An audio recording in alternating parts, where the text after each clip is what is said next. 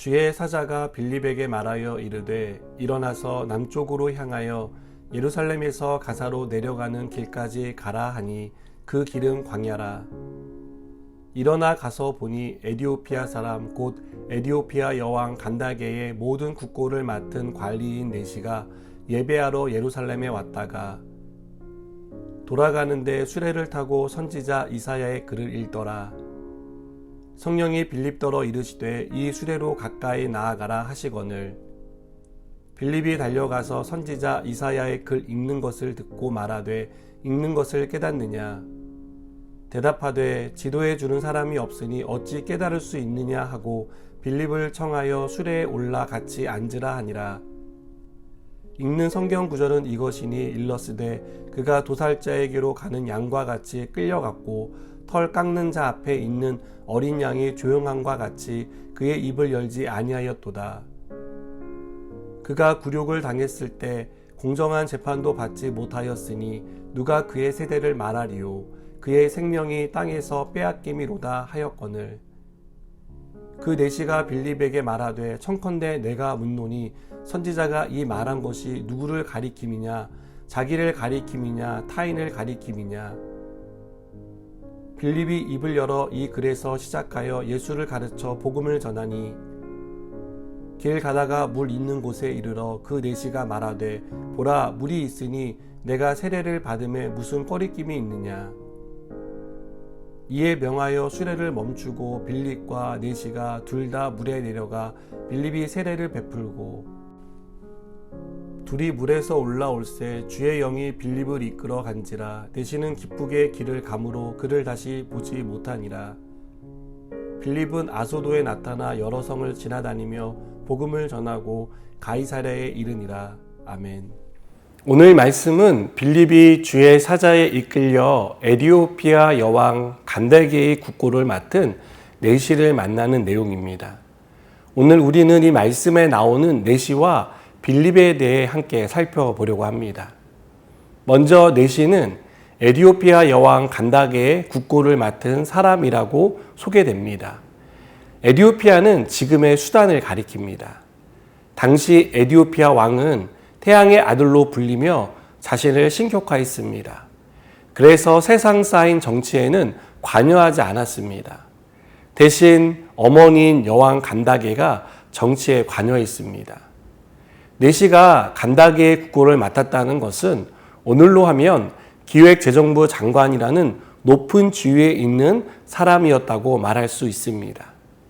이 네시는 여왕을 가까이에서 모셨기 때문에 거세를 당했습니다. 네시에 대한 특이한 사실은 유대인도 아닌 이방인이 유대인의 주요 절기마다 예루살렘을 찾아가 예배를 드렸다는 점입니다. 네시는 수레 위에서 성경을 읽을 정도로 열심을 내는 사람이었습니다. 이것은 네시가 얼마나 하나님에 대해 알고 싶어하는 사람이었는지 또 간절히 사모하는 마음을 가지고 있었는지를 보여줍니다.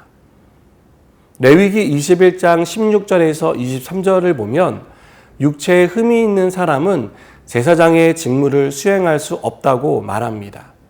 또 신명기 23장 1절은 생식기에 문제가 있는 사람은 여호와의 총회에 들어오지 못한다라고 말씀합니다. 이 말씀들에 따르면 네시는 하나님의 백성이 될 자격이 없는 사람입니다. 그럼에도 네시는 하나님을 향한 궁금증과 간절함을 가지고 있었습니다. 이런 간절함을 하나님이 아셨습니다. 그래서 빌립을 그에게 보내십니다. 26절은 빌립이 네시를 찾아가게 된 과정을 설명하면서 주의 사자가 인도해 주셨다라고 말합니다. 성령은 빌립에게 수레로 가까이 나가게 하셨고 네시가 읽고 있던 이사야의 글을 설명하게 하셨습니다. 빌립은 이사야의 글로 시작해 그 글에서 가리키는 인물이 예수님임을 밝히며 복음을 전합니다. 네시는 그 자리에서 예수님을 믿게 되었고 세례를 받습니다. 여러분, 네시의 간절함과 열심이 우리에게도 흘러넘치기를 축복합니다. 성령 충만한 사람은 간절히 사모하는 사람입니다. 성령으로 충만하지 않으면 살 수 없다고 고백하는 사람. 그래서 간절히 하나님을 찾는 사람을 하나님은 만나 주십니다. 두 번째로 살펴볼 사람은 빌립입니다. 빌립이 내시를 만나는 과정은 빌립이 의도한 일은 아니었습니다. 빌립은 성령의 지시를 받고 광야로 갔습니다. 상식적으로 생각할 때 사람을 만나려면 사람이 많이 모이는 광장에 가는 것이 맞습니다. 그러나 성령은 한 사람을 구원하기 위해 빌립을 광장이 아닌 광야로 인도하십니다. 성령은 빌립을 통해 내시를 구원하십니다. 하나님의 백성이 될 자격이 없는 그를 하나님의 자녀 삼아 주십니다. 이것은 이사야 56장 3절에서 5절에 나온 말씀이 성취된 것이기도 합니다. 제가 읽어드리겠습니다. 여호와께 연합한 이방인은 말하기를 여호와께서 나를 그의 백성 중에서 반드시 갈라내시리라 하지 말며 고자도 말하기를 나는 마른 나무라 하지 말라. 여호와께서 이와 같이 말씀하시기를 나의 안식일을 지키며 내가 기뻐하는 일을 선택하며 나의 언약을 굳게 잡는 고자들에게는 내가 내 집에서 내 성 안에서 아들이나 딸보다 나은 기념물과 이름을 그들에게 주며 영원한 이름을 주어 끊어지지 아니하게 할 것이며. 여러분, 성령이 빌립과 내시의 만남을 주선하셨습니다. 빌립을 통해 내시에게 복음을 전하게 하셨고 그를 하나님의 자녀로 삼아 주신 것입니다. 빌립은 성령의 이끌림 받으며 순종했을 뿐입니다. 그러자 수단에서 중요한 요직에 있는 이방인이 예수님을 믿게 되었습니다. 여러분, 성령의 역사는 우연이 없습니다. 성령은 언제나 우리의 만남을 필연으로 만드십니다. 그것은 우리를 통해 영혼이 변화되는 역사를 일으키시기 때문입니다. 우리 역시 성령의 필연적인 이끄심을 통해 하나님의 자녀가 되었습니다. 하나님의 자녀라 불릴 만한 자격이 없었지만 복음을 통해 하나님의 자녀로 삼아 주셨습니다.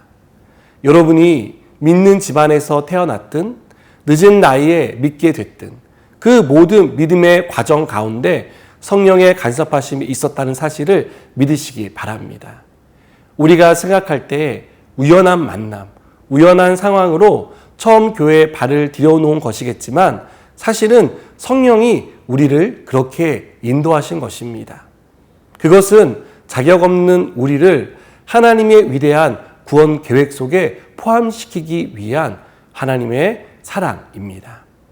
우리가 이 사실을 믿는다면 오늘도 하루를 살아가며 우리에게 보내주시는 사랑과의 만남이 우연한 마주침이나 만남이 아니라는 것을 깨닫게 될 것입니다. 성령께서 나에게 보내주신 사람, 나를 통해 하나님의 사랑을 전파하고 복음을 전해야 할 사람이라는 것을 우리가 잊지 않았으면 좋겠습니다.